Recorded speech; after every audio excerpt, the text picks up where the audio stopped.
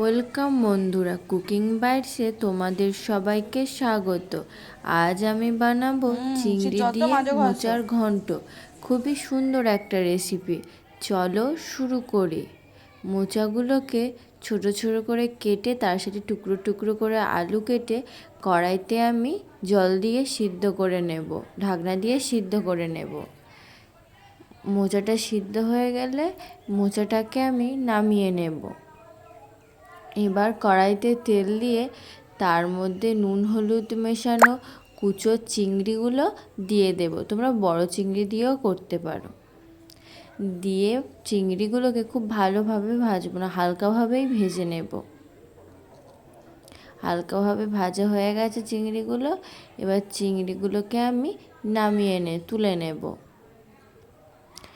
ওই কড়াইয়ের মধ্যে আরেকটু সাদা তেল দিয়ে দিচ্ছি। এবার ওর মধ্যে কুচিয়ে রাখা পেঁয়াজগুলো দিয়ে দিচ্ছি। দিয়ে পেঁয়াজগুলোকে আমি ভেজে নিচ্ছি। হালকাভাবে পেঁয়াজগুলোকে ভেজে নিতে হবে।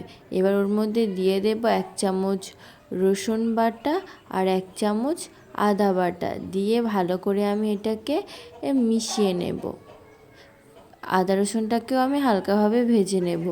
নিয়ে এর মধ্যে টুকরো করে কেটে রাখা টমেটোগুলো দিয়ে দিচ্ছি। টমেটোগুলোকে ভালো করে ভেজে নেব। যতক্ষণ না টমেটোগুলো গলে যাচ্ছে ততক্ষণ আমি ভালো করে এটাকে মিশোতে থাকব।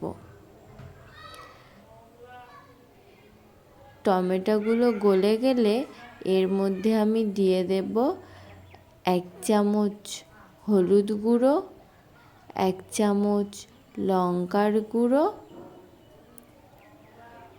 ও 1 চামচ নুন দিয়ে ভালো করে এটাকে আমি কষিয়ে নেব। দেখো কত সুন্দর তেল ছেড়ে এসছে। ভালো করে আমি এটাকে কষিয়ে নেব। তেল ছেড়ে আসলে এর মধ্যে ওই সিদ্ধ করে রাখা মোচাগুলো আমি এর মধ্যে অ্যাড করে দেব। মোচাগুলো দিয়ে এর মধ্যে এবার আমি কুচো চিংড়িগুলোকেও দিয়ে দেব। দিয়ে ভালো করে মিশিয়ে নেব আমি। বন্ধুরা, আমার এই ভিডিওটা যদি তোমাদের ভালো লেগে থাকে তাহলে লাইক ও সাবস্ক্রাইব করে দিও। দেখো আমি এটাকে খুব সুন্দরভাবে মিশিয়ে নিচ্ছি। ভালোভাবে মেশানো হয়ে গেলে মশলার সাথে এবার এর মধ্যে সামান্য পরিমাণে আমি জল দিয়ে দেব। সামান্যই জল দিয়ে দেবো, কারণ এগুলো সবই সিদ্ধ করে রাখা। এবার উপর ঢাকনা দিয়ে দেব। কিছুক্ষণ পর ঢাকনাটা খুলে দেখো মোচাটা প্রায় হয়ে এসছে। জলটা শুকিয়ে আসলে মোচাটাকে একটু খুন্তি দিয়ে নাড়িয়ে চাড়িয়ে লাবিয়ে নেব। তোমরা এটা গরম ভাতের সাথে খেয়েও খুবই সুন্দর লাগবে।